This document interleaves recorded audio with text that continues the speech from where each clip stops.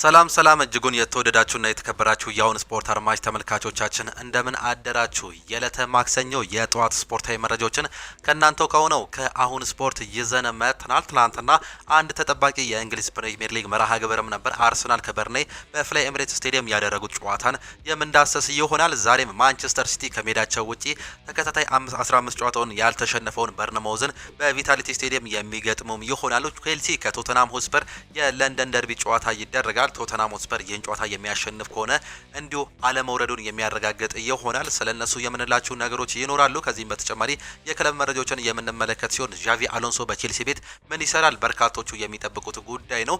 በአሰልጣኝ ማይክል ካሪክ ስር እንግዲህ የሚሰሩት አሰልጣኞችም እንግዲህ እንዲሁ አዳዲስ ፊርማዎችን እያደረጉ እንደሆነም ይገለጻል። በማንቸስተር ዩናይትድ ቤት አዳዲስ ተጫዋቾችም እንደሚመጡ ነው እየተገለጸም የሚገኘው። እሱን እንመለከታለን። ሪያል ማድሪድ አሰልጣኝ ጆዜ ሞሪኒዮን ያስፈርማል ሂር ዊ ጎ ሲል ማሳወቁን ነው እንዲሁ ፋብሪዚዮ ሮማኖ እየሰማንም የምንገኘው። እነዚህንና ሌሎች በርካታ ስፖርታዊ መረጃዎችን ለእናንተ ለውድ አድማጮቻችን ይዘን መጥተናል። እስከ መጨረሻው ድረስ ግን ከእኛ ጋር ቆዩ። እኛ ወደ ፕሮግራሞቻችን አለፍን። ትላንትና እጅግ ተጠባቂ አንድ መርሃ ግብርም ነበር። በተለይም እንግዲህ አርሰናል በሜዳና በደጋፊዎቹ ፊት በርንሌይን የሚያስተናግድበት እጅግ በጣም ተጠባቂ መርሃ ግብር ምሽት 4 ሰዓት ላይ በኤሚሬትስ ስቴዲየም ተመልክተንም ነበር። አርሰናል በዚህ ጨዋታ 1-0 በሆነ ጠባብ ውጤትም አሸንፏል። እጅግ በጣም ጣፋጭ ነጥብ ነው ማግኘትም የቻለው። በ37ኛ ደቂቃ ላይ ከኮርና ቡካዮ ሳካ ያሻገረውን ኳስ ነበር ካይ ሃቨርትስ በማስቆጠር እንግዲህ የጨዋታን ልዩነት መፍጠርም የቻለው። የተጫዋች እንግዲህ በዚህ ዓመት ኮንሲስተንት ሆኖ ሁሉንም ጨዋታዎች ማድረግም አልቻለም።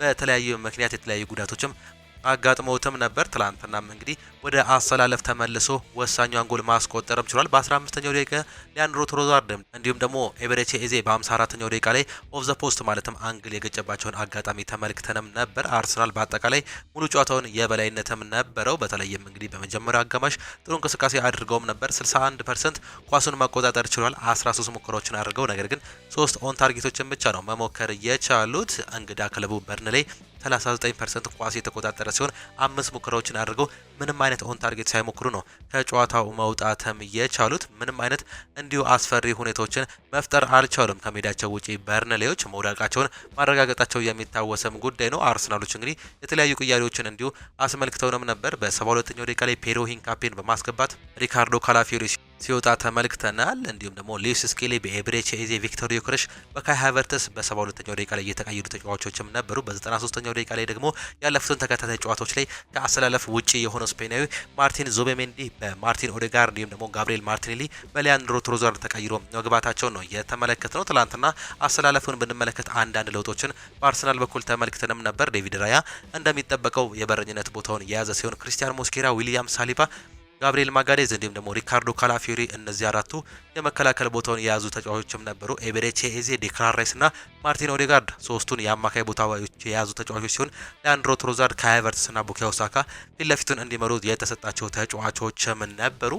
ትላንትና ወሳኝ ነጥብ ነው እንዲሁ ማሳካት የቻሉ። ሊያንድሮ ትሮዛርድ እንዲሁ በስተመጨረሻም በጉዳት ምክንያት ተቀይሮ የወጣበት አጋጣሚ ነው መመልከትም የቻለው። በአሁኑ ሰዓት ላይ እንግዲህ አርሰናሎች በ5 ነጥብ ልዩነት እንዲሁ ሊጉን እየመሩም ይገኛሉ በ82 ነጥብ እንዲሁም በ43 ነጥብ ጎል አንደኛ ደረጃ ላይ የተቀመጠ ሲሆን ማንቸስተር ሲቲ ዛሬ ጨዋታውን ያደርጋል። ነገር ግን በአሁኑ ሰዓት ላይ በ77 ነጥብ እንዲሁም ደግሞ በ43 ነጥብ ጎል ሁለተኛ ደረጃ ላይም ተቀምጧል። የዛሬውን ጨዋታ እንግዲህ ከባድ መርሃ ግብር ይጠብቃቸዋል ከበርነማውዝ ጋር። ይህን ጨዋታ የሚያሸንፉ ከሆነ ዳግም ወደ 2 ነጥብ ዝቅ የሚል ይሆናል። በዚህ ጨዋታ ላይ ግን አቻ የሚወጡ ከሆነ አርሰናል ዋንጫውን የሚያነሳበትን እንዲሁ የሚያረጋግጥበት ጨዋታ ነው። ሳይጫወት እንግዲህ የማንቸስተር ሲቲን ነጥብ ዛሬ ጠብቆ በአቻ ውጤት ወይም ደግሞ ማንቸስተር ሲቲ የሚሸነፍ ከሆነ መውሰዱን ዋንጫ ማንሳቱን የሚያረጋግጥ ይሆናል። ማንቸስተር ሲቲ ግዴታ ማሸነፍና ማሸነፍ የሚጠበቅበትም ነው የሚሆነው። አርሰናል ቀጣይ ጨዋታ እንግዲህ የመጨረሻ መርሃ ግብር በ38ኛ ሳምንት የእንግሊዝ ፕሪሚየር ሊግ አርሰናል ከክሪስታል ፓላስ ጋር ነው ጨዋታውን የሚያደርገው። ይህም ከባድ ፈተና ይሆናል ተብሎ አይጠበቅም። በተለይም እንግዲህ ክሪስታል ፓላሶች በኮንፈረንስ ሊጉ ፍጻሜ መድረሳቸውን ተከትሎ ተጫዋቾች ይቆጥባሉ ተብሎ ይጠበቃል። ትላንትና ግን ወሳኝ ነጥብ ነው እንዲሁ ማሳካት የቻሉት። በዚህም የተነሳ ደስታው እጥፍ ድር መሆኑ ነው እየተገለጸም የሚገኘው። ካይ ሃቨርትስም ወሳኛውን ጎል ማስቆጠርም ችሏል። ዛሬም የሚጠበቁ መርሃ ግብሮችም አሉ። ምሽት 3 ሰዓት ተኩል እንዲሁም ምሽት 4 ሰዓት ከ45 ላይ ሁለት ወሳኝ መርሃ ግብር ይኖራል። ቦርንሞዝ ያለ ሽንፈት እየቀጠለም ይገኛል። 16ኛ ተከታታይ ድሉን ወይም ደግሞ አቻውን ያስመዘግብ ይሆን በሜዳውና በደጋፊዎቹ ፊት በቪታሊቲ ማንቸስተር ሲቲን የሚያስተናግድበት ተጠባቂ መርሃ ግብርም አለ። ሌላኛው ምሽት 4 ሰዓት ከሩብ ደግሞ ቼልሲ ከቶተናም ሆስፐር ጋር የሚያደርጉት ተጠባቂ መርሃ ግብርም አለ። ቶተናም ሆስፐር ይህን ጨዋታ የሚያሸንፍ ከሆነ እንግዲህ ያለ መውረዱን እንዲሁ የሚያረጋግጥ ይሆናል። ዌስትሃም ደግሞ መውረዱን የሚያረጋግጥበት ሌላኛው ጨዋታ ነው። ሳይጫወት ያለፈውን ጨዋታ መሸነፉን ተከትሎ እነዚህን ጨዋታዎች ለመመልከት ያክል እንግዲህ ማንቸስተር ሲቲ ዋንጫው ፉክክር ውስጥ ለመቆየት ሌላኛውን ፈተና ዛሬ ከሜዳቸው ውጪ በትንሿ ቪታሊቲ ስቴዲየም የሚያደርጉት ጨዋታ ይጠበቃል። ቦርንሞዞች ያለፉትን ተከታታይ 15 ጨዋታ አልተሸነፉም። በተለይም እንግዲህ አሰልጣኝ አንዶኒ ኢራውላ በፍጹም ልዩነት እንዲሁ ቲሙን እየመራም ይገኛል። በዚህ ዓመት እንደሚለያይ ያረጋገጠው አንዶኒ ኢራውላ እንግዲህ ያለፉትን 15 ተከታታይ ጨዋታዎች ያልተሸነፈ ሲሆን ካለፉት አምስቱ ደግሞ አንዱን ብቻ ነው አቻ መውጣት የቻለው። አራቱን አሸንፏል። ከነዚህ መካከል አርሰናልን፣ ኒውካስልን፣ ክሪስታል ፓላስን እንዲሁም ደግሞ ፉላምን ነው ማሸነፍም የቻለው። ማንቸስተር ሲቲዎችንም እንዲሁ ብንመለከት ካለፉት 5 ጨዋታዎች አንዱን ብቻ ነው አቻ መውጣትም የቻሉት። ከኤቨርተን ጋር ያልተጠበቀ አቻ ውጤትን በሂል ዲኪንሰን ስቴዲየም ማስመዝገባቸው እናስታውሳለን። እሱን ጨዋታ ቢያሸንፉ ኖሮ እንግዲህ አሁንም ከአርሰናል ጋር ያላቸው የነጥብ ልዩነት እንዲሁ ባዶ ይሆንም ነበር። በአሁኑ ሰዓት ላይ ግን የሁለት ነጥብ ልዩነትም አላቸው። 4 ጨዋታዎችን እንዲሁ ማሸነፍ መቻላቸው ነው ካለፉት ተከታታይ ጨዋታዎች ላይ መመልከትም የቻለው። አሰልጣኝ ፔፕ ጋርዲዮላ ከሜዳቸው ውጪ ከባድ ፈተና የሚገልጽባቸው ሲሆን በአሁኑ ሰዓት ላይ ፔፕ ጋርዲዮላ ሲናገሩ አሰልጣኝ ሚኬል አርቴታ እንዲሁም ደግሞ አርሰናል ናቸው የዋንጫውን ዲሳይድ ማድረግ የሚችሉት ካሁን በኋላ ከኛ እጃችን ላይ ወጥቷል ሲሉ መናገራቸውንም ሰምተንም ነበር። በተለይም እንግዲህ ከኤቨርተን ጋር አቻ መውጣታቸውን ተከትሎ እነሱ ነጥብ የሚጥሉ ከሆነ እኛ እንከተላለን፣ ይህንን እድል ለመጠቀም እንሄዳለን ሲሉ ሌሎችም ተጫዋቾች በተለይም እንደ በርናንዶ ሲልቫ ያሉ ተጫዋቾች ሀሳባቸውን መስጠታቸውንም ገልጸንም ነበር። በዛሬው ጨዋታ ላይ በቦርንሞዝ በኩል ሪያን ክሪስቲን ጨምሮ ሉዊስ ኮክ፣ ሶላር እንዲሁም ደግሞ አኪዮምቢ በጉዳት ምክንያት የማይገኙ ተጫዋቾችም ናቸው። እነዚህ ሁለቱ ክለቦች በታሪክ በተገናኙበት ጊዜ ሲቲ 9 ጊዜ ማሸነፍ እየቻለ ሲሆን አንዱን ደግሞ በቅርቡ እንግዲህ አንዴ ማሸነፍም ችሏል። ካለፉት 10 ጨዋታዎች 9ኙን ማንቸስተር ሲቲ ማሸነፉን ተከትሎ ዛሬም ቅድሚያ ግምት ይሰጠዋል። ነገር ግን ያለፉትን ተከታታይ 15 ጨዋታ አለመሸነፉን ተከትሎ ቦርንሞዞች የዛሬው ጨዋታ ለፔፕ ጋርዲዮላ ውሳኔት ሌላኛው ፈተና ሊሆን እንደሚችል ነው እየተገለጸ የሚገኘው። ኤርሊንግ ብራውት ሃላንድ 26 ጎሎችንና 8 አሲስቶችን በማስመዝገብ በዚህ ዓመት እንግዲህ የዓመቱ ምርጥ እጩዎች ውስጥ ይገኛል። እንዲሁም ደግሞ ኮከብ ጎል አግቢነቱን እንግዲህ ኦልሞስት አረጋግጠ ማለት እንችላለን። በተለይም የዛሬው ጨዋታ ላይ የሚያስቆጠረም ከሆነም ማለት ነው። የጎል ልዩነታቸው ከኢጎር ቲያጎ ጋር ያላቸው የጎል ልዩነት 4 ነው። ይህም ምናልባትም ይጠባል ተብሎ አይጠበቅም። ሪያን ቸርኪ 12 አሲስትና 4 ጎሎችን አስመዝግቧል። በዚህ ዓመት ድንቅ ጊዜውን ነው እያሳለፈ የሚገኘው። ከፈረንሳይ ከመጣም በኋላ ፊል ፎደን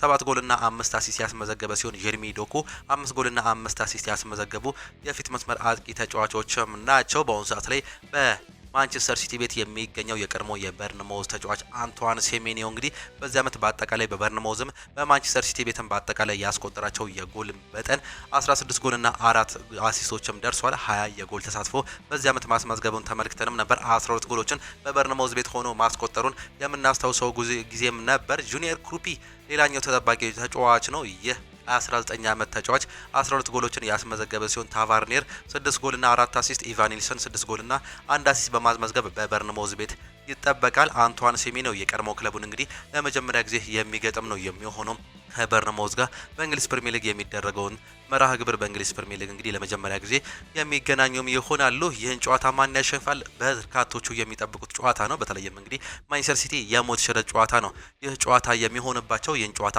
እንጠብቃለን። ሌላኛው ቼልሲ ከቶተናም ሆስፐር የሚደረገው ይሁ ሌላኛው የሞት ሽረት ጨዋታም አለ። ከአውሮፓ ሻምፒዮንስ ሊግ መውጣቱን ያረጋገጠው ቼልሲዎች በአሁኑ ሰዓት ላይ በዩሮፓ ሊጉ ቦታቸውን ለማግኘት እንግዲህ እየተፍጨረጨሩም ይገኛሉ።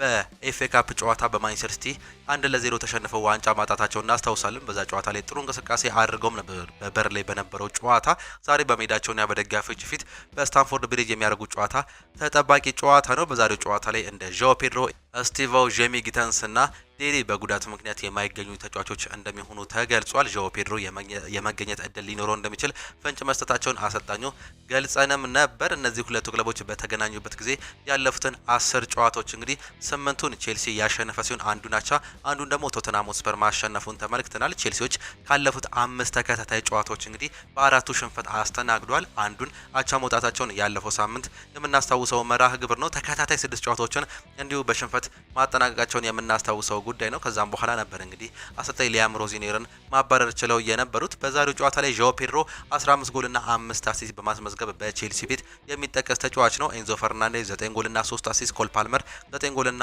1 አሲስት እንዲሁም ፔድሮ ኔቶ ደግሞ 5 ጎልና 4 አሲስት አስመዝግበዋል። በቶተንሃም ሆትስፐር ቤት ብራዚሊያው ሪቻርልሰን 10 ጎልና 4 አሲስት ያስመዘገበም ተጫዋች ነው። መሐመድ ቅዱስ 2 ጎልና 5 አሲስት ያስመዘገበ ሲሆን ዣቪ ሲሞንስ 2 ጎልና 5 አሲስት እንዲሁም ደግሞ ዣኦ ፓሊኒያ 4 ጎልና 2 አሲስት አስመዝግበዋል። መሐመድ ቅዱስ እንዲሁም ዣቪ ሲሞንስ በዚህ ዓመት እንግዲህ የመጫወት እድላቸው ማክተሙን የምናስታውሰው ጉዳይ ነው። ቶተንሃም ሆትስፐር በአሰልጣኝ ሮቤርቶ ዲዘርቢ እየተመራ የዛሬውን ጨዋታ የሚያሸንፍ ከሆነ አለመውረዱን የሚያረጋግጥ ይሆናል። ቶተንሃም ሆትስፐር ዛሬ የሚያሸንፍ ከሆነ ዌስትሃም ዩናይትድ ያለፈውን ጨዋታ እንግዲህ ሽንፈት ማስተናገዱን ተከትሎ ያላቸው የነጥብ ልዩነት በአሁንም 2 ነው። 38 እና 36 ነጥብ ይዘው 17ኛ እና 18ኛ ደረጃ ላይ ተቀምጧል። በዚህ ጨዋታ ላይ የሚያሸንፍ ከሆነ ቶተንሃም ሆትስፐር ዌስትሃም መውረዱን የሚያረጋግጥም ይሆናል። የዚህን ጨዋታ ደግሞ አቻ የሚወጣ ከሆነ ቶተንሃም ሆትስፐር ቀጣይ ጨዋታውን እንዲሁ አቻ የመውጣት ግዴታ ውስጥ የሚገባም ይሆናል። የ38ኛ የመጨረሻ መርሃ ግብር ላይ በእርግጥ በዚህ ጨዋታ ላይ አቻ መውጣት እንኳን ቢችል በዚህ በካልኩሌሽን የመድረስ እድሉ እጅግ በጣም ጠባብ ነው የሚሆነው። ዌስትሃም ዩናይትድ 39-36 ይሆናሉ። የ3 ነጥብ ልዩነት ይኖራቸዋል። ቀጣይ ጨዋታውን ቶተንሃም ሆትስፐር ቢሸነፍ እንዲሁም ደግሞ ዌስትሃም እንኳን ቢያሸነፍ በአሁኑ ሰዓት ላይ ያላቸው የነጥብ ልዩነት እንዲሁ አቻ መሆን ቢችልም በጎል ልዩነት ግን ይበላለጣሉ። ቶተንሃም ሆትስፐር 9 የግብ ዕዳ ያለበት ሲሆን ዌስትሃም ዩናይትድ ደግሞ 22 የግብ ዕዳም አለበት። በዚህ ብንቀንስ በ13 ጎሎችም ይበልጣል። 13 ጎሎችንም እንግዲህ በሁለቱ ጨዋታ ላይ የመጨረሻው ጨዋታ ላይ እንዲሁ ይቆጠራል ተብሎ አይጠበቅም። አንደኛው 6-0 አንደኛው ደግሞ 7-0 መሸነፍ አለበት። ይህ ይፈጠራል ተብሎ አይጠበቅም። በዛሬው ጨዋታ ላይ ሚኒመም ቶተንሃም ሆትስፐር አቻ የሚበቃው ይመስላል። ይህም እጅግ ፈተና ሊሆንበት እንደሚችል ነው ለቼልሲዎቹ እየተገለጸም የሚገኘው። የለንደን ደርቢ እንደመሆኑ መጠን ደግሞ ሌላኛው እንዲሁ ድምቀት እንደሚሆን በርካቶቹም እየገለጹም ይገኛሉ። በቶተንሃም ሆትስፐር ቤት በረኛው ቪካሪዮን ጨምሮ ካፒቴኖ ክሪስቲያን ሮሜሮ በጉዳት ምክንያት አይገኙም። ዣቪ ሲሞንስ፣ መሐመድ ቅዱስ፣ ዊልሶን ኦዶበርት፣ ዶሚኒክ ሶላንኬ እንዲሁም ደግሞ ቤን ዴቪስ እና ዲያን ክሎዞቪስኪ ወሳኞቹ ተጫዋቾች በዛሬው ጨዋታ ላይም እንዲሁ እንደማይገኙ አሰልጣኞቹም አስተዋውቀዋል። በዛሬው ጨዋታ ላይ ከሁለቱ ጨዋታው እንግዲህ ማንን እንጠብቅ? ሀሳብ አስተያየታችሁን ኮሜንት ቦክስ ላይ ልታጋሩን ትችላላችሁ። በእንግሊዝ የሚደረጉ ጨዋታዎችን ይህንን ካልናችሁ ዘንዳ በኢትዮጵያ ፕሪሚየር ሊግ የሚደረጉ ጨዋታዎችን ለማስታወስ ያክል ኢትዮጵያ መድን ከወላይታ ዲቻ ጋር የሚያደርጉት ጨዋታ ይጠበቃል። ባህር ዳር ከነማ ከመቻል እንዲሁም ደግሞ ሀዲያ ሆሳና ከኢትዮጵያ ንግድ ባንክ ጋር የሚያደርጉት የዛሬ ተጠባቂ የኢትዮጵያ ፕሪሚየር ሊግ መርሃ ግብሮችም ናቸው። እነዚህን ጨዋታዎች እንድታዩ እየጋበዝን ወደ ሌሎች ፕሮግራሞቻችን አለፍን።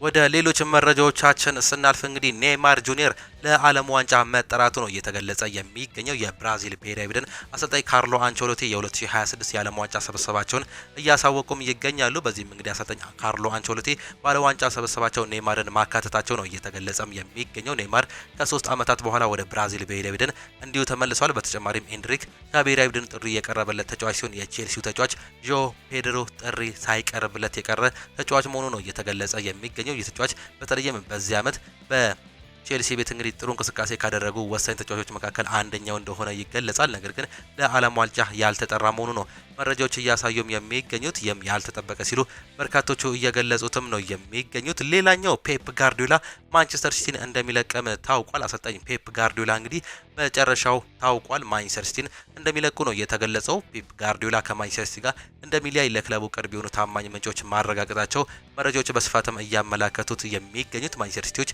ስለ አሰልጣኙ መልቀቅ እስካሁን ድረስ በይፋ ያሉትም ነገርም የለም። ማንቸስተር ሲቲ ከአስቶን ቪላ የሚያደርገው ጨዋታ የፔፕ ጋርዲዮላ የመጨረሻ ጨዋታ ይሆናል ተብሎ ይጠበቃል። አሰልጣኝ ኤንዞ ማሬስካ ፔፕ ጋርዲዮላን ተክተው ዙፋኑን ይረከባሉ ተብሎ ከሚጠበቁ ዋነኛ አሰልጣኞች መካከል አንደኛው ናቸው። ሌሎቹ ምንም እስካሁን ሌላ የተሰማ ስም እንደሌለ ነው እየተገለጸም የሚገኘው። ማቲያስ ኩኛ እንዲሁም ደግሞ ካርሎስ ካሴሚሮ ለ2026 የዓለም ዋንጫ የተጠሩ የብራዚል ብሔራዊ ቡድን ተጫዋቾች መሆናቸውን በማንቸስተር ዩናይትድ ቤት እየተገለጸም ይገኛል። አሰልጣኝ ካርሎ አንቸሎቲ ከማንቸስተር ዩናይትድ እነዚህን ተጫዋቾች መምረጣቸው መረጃዎች በስፋትም ነው እያመላከቱት የሚገኙት። ሌሎች መረጃዎችን ስንመለከት እንግዲህ ክሮንኬ ትልቅ ዋንጫዎችን ለማሸነፍ የቻለውን እናደርጋለን ሲሉም ገልጿል። ቀጣይ ኢንቨስት እናደርጋለን፣ እዚህም ደግሞ ጥሩ ነገሮችን የምንገዛም ይሆናል። በቲሙ ላይ ብዙ ኢንቨስት ማድረግ የምንፈልጋቸው የተለያዩ ነገሮች አሉ ሲሉ ነው እየገለጹም የሚገኙት። በዚህም የተነሳ ምናልባትም በአርሰናል ቤት አሁንም የተለያዩ ትላልቅ ተጫዋቾች የሚመጡበት እድል እንዳለ መረጃዎች እያሳዩም ይገኛሉ። የማንቸስተር ሲቲ የአመቱ ምርጥ እጩዎች ይፋም ተደርጓል። በአሰልጣኝ ፔፕ ጋርዲዮላ የሚመራው ማንቸስተር ሲቲ የውድድር አመቱ ምርጥ ተጫዋቾች 3 እጩዎች ይፋም ተደርጓል። በዚህ መሰረት ጄሬሚ ዶኩ፣ አብዱልካድር ኩሳኖቭ እንዲሁም ደግሞ ኒኮ ኦሬሊ በእጩነት ቀርቧል። በአሁኑ ሰዓት ላይ ከቀረቡት እጩዎች መካከል ያልተገኘው ኤርሊንግ ብሮት ሃላንድ አለመኖሩ በርካቶቹን እንዲሁ ጥያቄ እያስነሳም ይገኛል። በዚህ አመት 26 ጎሎችንና እንዲሁ 7 አሲስቶችን ማስመዝገብም ችሏል። ይቅርታ 8 አሲስቶችን። ይህ ተጫዋች በዚህ አመት ድንቅ ጊዜውን እያሳለፈ ቢገኝም የአመቱ ምርጥ እጩዎች ውስጥ እንዳልተካተተ መረጃዎችም ያሳያሉ። የዳኞች ማህበር ኖቲንጋም ፎረስት ይቅርታን መጠየቃቸው ነው የተገለጸው። ማንቸስተር ዩናይትድ ትላንትና በስቲያ ያስቆጠረው ሁለተኛ ግብ መጽደቁ ስህተት እንደነበር የዳኞች ማህበር አረጋግጠዋል። ማቲያስ ኩኛ ግቡን ከማስቆጠሩ በፊት ብሪያን ምቤሞ ኳስ የያዘበት መንገድ አከራካሪ ሆኖም ነበር። አሁን ላይ የዳኞች ማህበር ፕሬዚዳንት ሃዋርድ ዌብ ግቡ በእጁ መነካቱን ተከትሎ ቫር መሻር እንደነበረበት ነው እየገለጹም የሚገኙት። ይህንንም ተከትሎ ሃዋርድ ዌብ እንዲሁ ኖቲንጋም ፎረስትን ይቅርታ መጠየቃቸው የሰማናቸው የትላንትና ሌሎች መረጃዎችም ናቸው። ከሀገር ውስጥ መረጃዎቻችን ስንጀምር የቀይ ቀበሮቹ ዋና አሰልጣኝ የሆኑት ቤንጃሚን ዚመር በሁለቱም ጨዋታዎች ፍጹም ቅጣት ምት የሚያስገኝ ጥፋት አግኝተን ነበር ሲሉም ይናገራሉ። አቶ ኢሳያስ ጅራ ደግሞ የዳኛ ውሳኔ አሳዝኖናል ሲሉ ሀሳብ መስጠታቸውን ሰምተናል። ቀይ ቀበሮቹ በሞሮኮ በተሸነፉበት ጨዋታ ለኢትዮጵያ ፍጹም ቅጣት ምት ሊሰጥ የሚችልበት ጥፋት ተሰርቶ እንደነበረም ነው የሚያነሱት።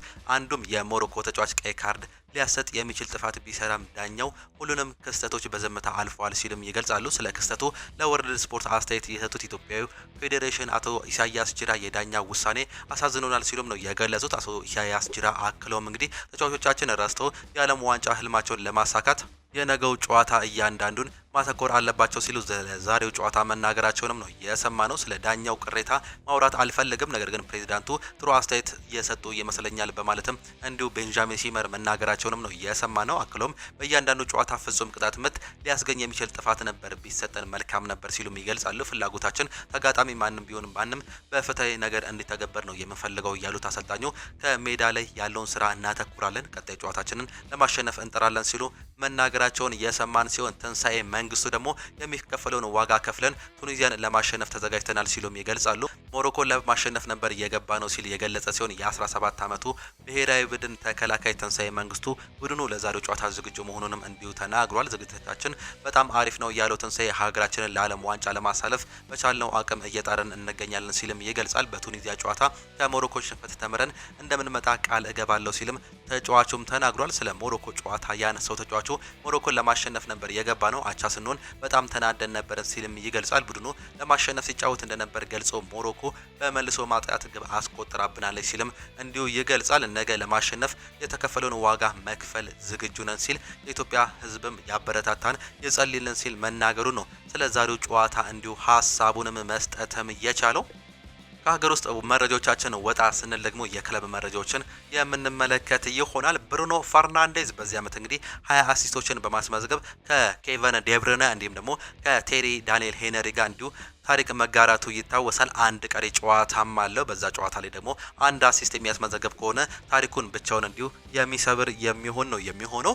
የብሩኖ ፈርናንዴዝ አሲስቶች ለቡድኑ ምን ያህል አስተዋጽኦ እንደነበራቸው እንዲሁ ኦፕታ አንድ መረጃን ይዞ መውጣትም ችሏል። ብሩኖ ፈርናንዴዝ ከትላንትና ቢያስታ በውድድር ዘመኑ በሊጉ ብቻ 20 ለግብ የሚሆኑ ኳሶችን አቀብሎ ማመቻቸትም ችሏል። ብሩኖ ፈርናንዴዝ እነዚህ ኳሶች 12 ያህሉ አመቻችተው ያቀበለው ማንቸስተር ዩናይትድ አቻ በነበረበት ጊዜም ነው። ይህ ማለት እንግዲህ 12 አሲስቶችን አሲስት ማድረግ የቻለው 3 ነጥብ የሚያስገኘው መሆናቸው ነው እንዲሁ የሚያሳየው። እንዲሁም 5 የቡድኑ እየተመራ በነበረበት ጊዜ 3ቱ ደግሞ ቡድኑ እየመራ በነበረበት ጊዜ ነው አሲስት ማድረግም የቻለው። በዚህም እንግዲህ የቡድኑ አሲስቶች ምን ያህል ወሳኝ እንደነበሩ 12ቱ ጨዋታ ላይ ይመሰክራልም ይላል። ብሩኖ ፈርናንዴዝ በዚህ ዓመት ለ5 የተለያዩ ተጫዋቾች እንግዲህ ከ10 በላይ የግብ እድሎችን መፍጠር መቻሉ ነው የተገለጸው። ብሩኖ ፈርናንዴዝ በፕሪሚየር ሊጉ ይህን ሲያደርግ ለመጀመሪያም ጊዜ ነው። ብሩኖ ፈርናንዴዝ በ90 ደቂቃ በአማካይ 3.99 የግብ እድል በመፍጠር ምርጡን ጊዜም በአሁኑ ሰዓት ላይ እያሳለፈም ይገኛል። ይሁን እንጂ ምርጥ ጊዜ እያሳለፈ ያለው እድል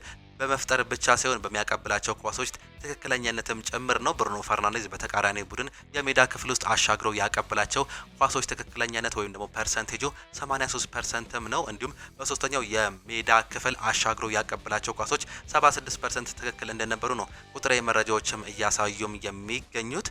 ሌላኛው ኬቨን ዴብሬነ ብሩኖ ፈርናንዴዝ ስለደረሰበት የፕሪሚየር ሊግ አሲስት ላይ ተጠይቆ አስተያየቱን እንዲህ በማለትም ገልጾም ነበር። በፕሪሚየር ሊግ 20 አሲስቶችን ማድረግ ልዩም ነው፣ ምክንያቱም እንደዚህ ያለ ደረጃ ላይ ለመድረስ እጅግ ከባድ ነው ሲልም ይገልጻል። እኔ 20 አሲስት ላይ ለመድረስ እንዴት እንደሚያስቸግር አውቃለሁ። እንዲሁም ደግሞ ቴሪን ዳሪ ሄነሪ ብትጠይቁትም እንዲሁ በተመሳሳይ ነው። ብሩኖ ፈርናንዴዝም በአሁኑ ሰዓት ላይ ደርሷል። እሱንም ብትጠይቁት ይህንኑ መልስ ነው የሚሰጣችሁ ሲልም ይገልጻል። በብሩኖ ላይ በጣም የመወድለት ነገር ኳስ ተጫዋቾችን የሚፈልግበት መንገድ እጅግ በጣም ድንቅ ነው ሲልም ነው የሚገልጸው። ሁልጊዜ እድል ለመፍጠር ይሞክራል፣ እንዲሁም ደግሞ ሁልጊዜ አደጋ ለመፍጠርም ይሞክራል፣ ምንም እንኳን አደጋው የሚያስከፍለው ዋጋ ያለ ቢሆንም ሲልም እንዲሁም ነው የሚገልጸው። እናም እንደዚህ ያለ አይምሮ ለማንበብ እጅግ በጣም የሚገርም ነው ሲልም ሀሳብ መስጠቱንም ነው የሰማ ነው። ፋብሪዚዮ ሮማኖ ሁለት መረጃዎችን ይዞ መውጣትም ችሏል።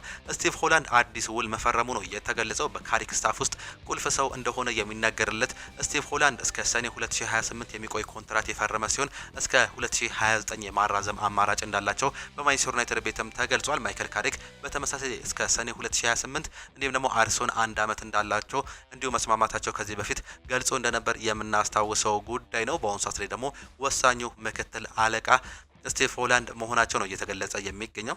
ሌላኛው ቶም ሂተን ለተጨማሪ አመት እንደሚቆይ ፋብሪዚዮ ሮማኖም አረጋግጧል። ቶም ሂተን በማንቸስተር ዩናይትድ ቤት እስከ ሰኔ 2027 ድረስ የሚያቆየውን አዲስ ውል መፈራረሙ ነው ይፋም የተደረገው። ይህ ተጫዋች እንግዲህ 40 አመቱ ሞልቶም በማንቸስተር ዩናይትድ ቤት በሶስተኛ የግብ ጠባቂነት አሁንም እንደተረጋገጠ ነው የተገለጸው። ሳሙኤል ሉሃረስት ደግሞ ይናገራል። አልታይ ባይንደር ወደ ሀገሩ በመመለስ ለቤሺክታሽ እንደሚፈረም ይጠበቃል ሲልም ይገልጻል። በሌላ በኩል የ40 አመቱ ቶም ሂተን በማንቸስተር ዩናይትድ ይቆያል ሲል እንዲሁ ማስነበቡ ነው እየገለጸን የሚገኘው። አልታይ ባይንደር የሚለቅ ከሆነ ደግሞ አዲስ ሁለተኛ ወይም ደግሞ ከሴኔ ላመንስ ጋር የሚወዳደር ሌላ በረኛ ማንቸስተር ዩናይትዶች እንደሚያመጡ መረጃዎች እያሳዩም ነው የሚገኙት።